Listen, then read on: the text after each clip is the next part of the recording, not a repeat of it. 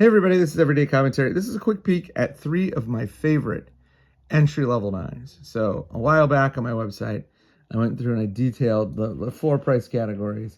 Instead of tying them to dollar amounts because inflation has destroyed the dollar and everything costs more, I decided that I was going to just have them as brackets where, like the dollar amount floats, but we all know what we're talking about.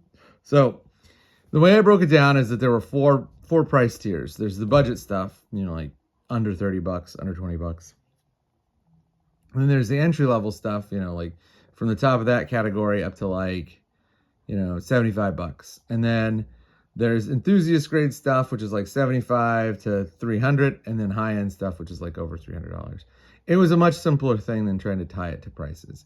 But in that process, I came to realize that there are a lot of really good entry level knives, not budget knives.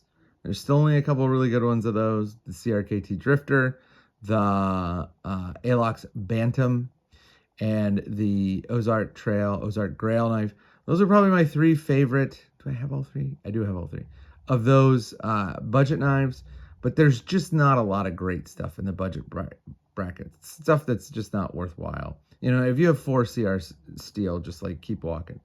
But entry-level stuff, the price bracket up from that, they have gotten really, really interesting. And I used to be able to say these are the best. But because there are so many knives being made right now, like 3 or 4 new releases every week from multiple companies, there is no way I could say that these are the best. What I am going to say is these are the best that I found. These are my current favorites. I haven't tried everything out there. I've tried a lot, but not everything.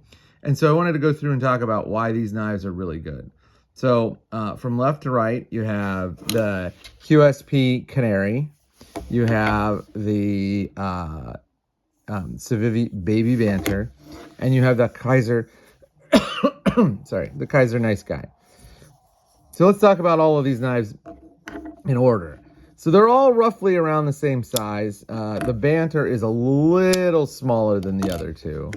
The Banter has a smaller handle and a smaller blade length. This is like just over 2 inches. But these guys are also well under 3 inches. I think they're both around 2.8 inches. They are all roughly the same weight. The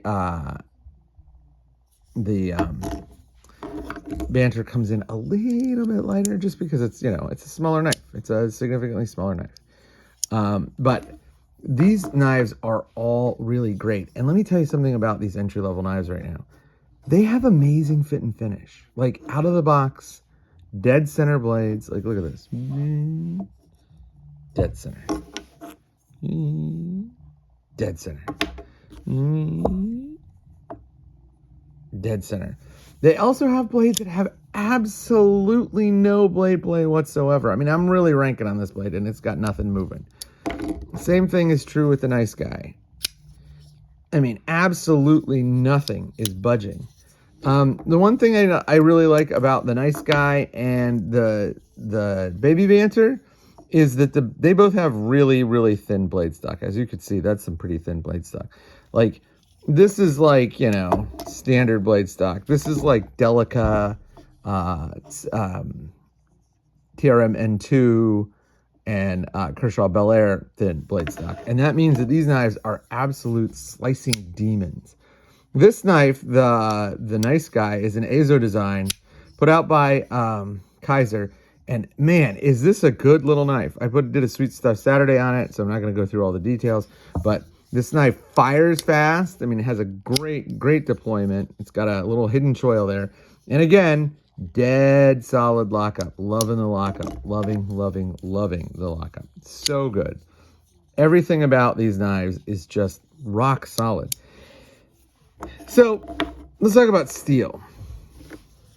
So this one, I believe, I'm not 100% sure. This one is Nitro V. I know this one is 14C28N, and this one is marked as 154CM. So you get a wide variety of blade steels here. The crazy thing is, like, this knife is, it does, somebody in the comments said this is not real G10. I think it is probably a, not real carbon fiber. I think this is a carbon fiber overlay on G10, but still, Like this knife with 154 cm is $51, and there are whole companies whose premium line and premium priced blades are 154 cm. I like 154 cm, so I don't think that's like a big deal.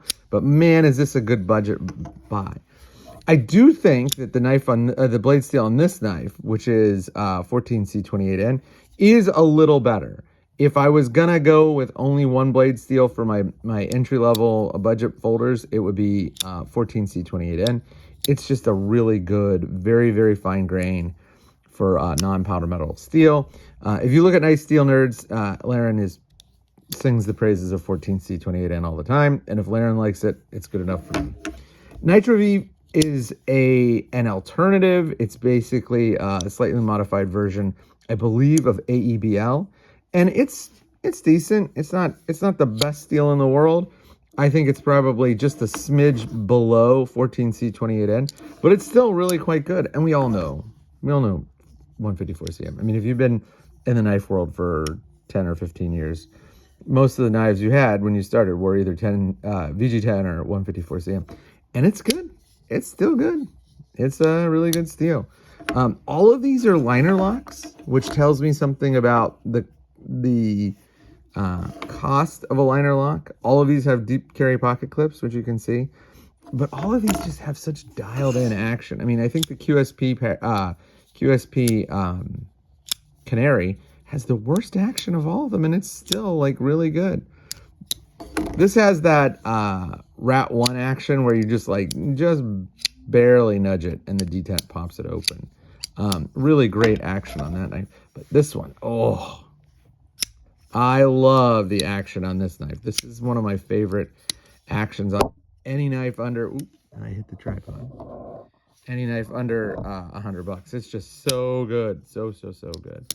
And so if I had to pick three of my favorite, let's move that over. Three of my favorite entry-level knives right now: QSP Parrot, Baby Banter, Nice Guy. That's a really, really QSP Canary, Baby Banter, and Nice Guy. Those are all really good knives. You can't go wrong with any of them. If you want one that sticks in your coin pocket perfectly, it's this one. If you want one that looks cool and sounds cool, oh, it's this one. Oh man, I love this one. And if you want one with really, really good steel for the price, you can't beat this knife. All of these are like well under $70. This one was $51. I think this one was like $48. This one is the most expensive of them, but it's still pretty cheap. The world of entry-level knives right now is so good, and these are three reasons why. So talk to you later.